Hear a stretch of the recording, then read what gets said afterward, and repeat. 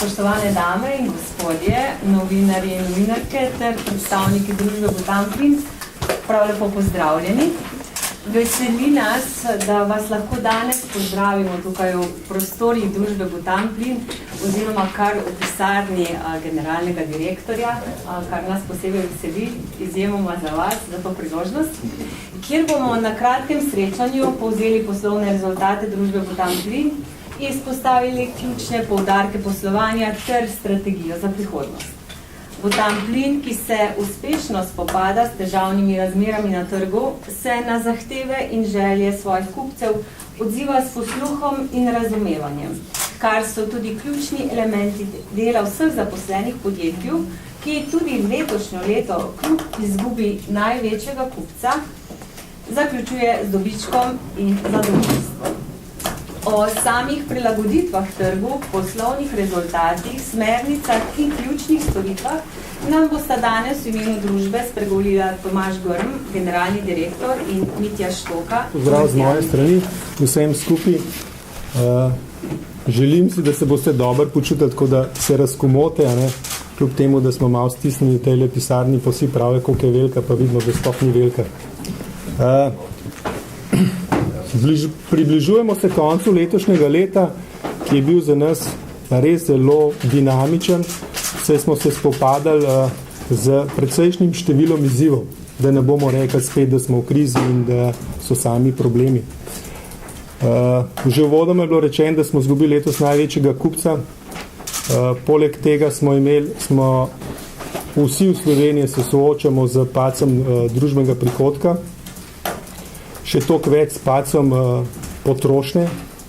v Sloveniji in vse to vpliva, da se je treba prilagajati, če hočemo preživeti na tem težkem trgu, ki traja zdaj v Sloveniji in bo še nekaj časa verjetno zelo podobno, kot je bilo letošnjo leto. Mi smo se zelo dobro usmerili v širjenje naše mreže, naše prodajne mreže, s tem, da smo iskali nove različne prodajne kanale. S tem smo nadomestili del izgube zaradi izgube našega največjega kupca. Na drugi strani pa smo seveda prisluhnili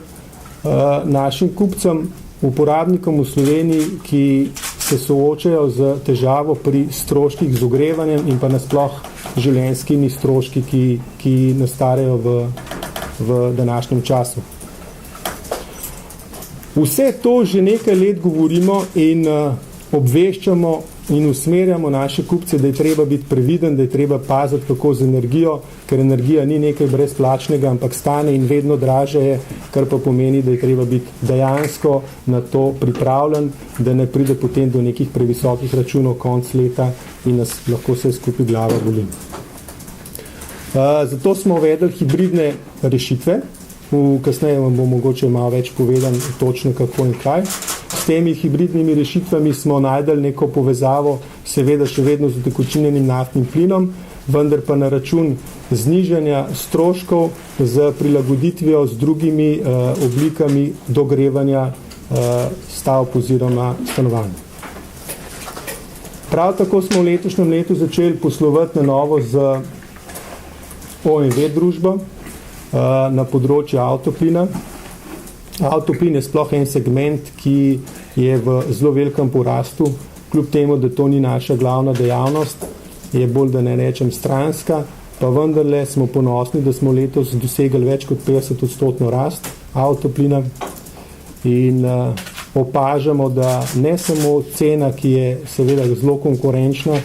ampak tudi storitev, ki jo nudimo na naših črpalkah, da je izredno visoka in vse več je pohval strani uporabnikov avtoplina temu osebju, ki oskrbuje bencinsko-plinsko črpalko. Ne samo to, zadnje dni smo celo opazili povečano število strank na Primorski, naši črpalki, ki jo imamo v Izoli, in sicer strani Hrvaške se je zgodilo prvič po nekaj letih, da je cena avtoplina v Sloveniji cenejša, kakor pa cena avtoplina na Hrvaškem. Vse to pa nam omogoča zanesljivost, ki je ena od najbolj pomembnih dejstvo pri naši hiši in to je zanesljiva dobava,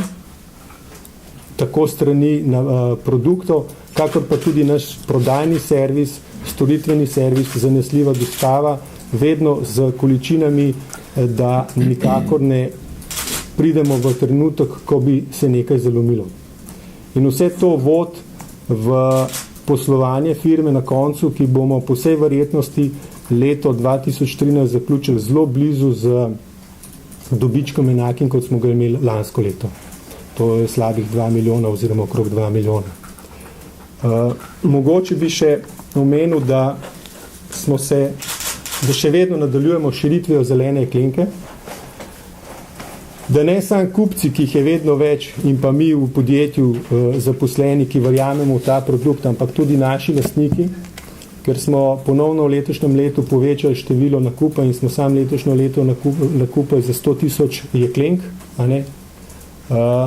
Tako da pričakujemo, da bomo v naslednjih letih še povečali tržni delež zelene jeklenke in da dejansko bo slej ko prej zelena Slovenija postala v celoti. Vse to pa nas vodi tudi v neko nove, še večje temeljne oziroma meje, ki si jih zastavljamo, se moramo zadovoljiti tako kupce, zaposlene, kakor pa tudi lastnike in v tem trenutku bi se rad tudi zahvalil vsem zaposlenim, ki seveda danes ne morejo biti z nami, ker imajo svoje delo, ki ga zelo dobro upravljajo, zato ker taka hiša prijazne energije, kakor je bila letos v Botanem plinu med zaposlenimi, že dolgo ni bila, če ni bila celo najboljša ali pa najbolj prijazna in prav njim gre v bistvu zahvala za ta rezultat, ki ga bomo letošnjo leto dosegli. Se niso ustrašili preprek, ki so se nam postavili na začetku leta, ampak ravno nasprotno, vsi so bili pripravljeni zagrizati v te izzive in samo z njihovo pomočjo smo dejansko prišli do tega lepega oziroma zelo dobrega rezultata.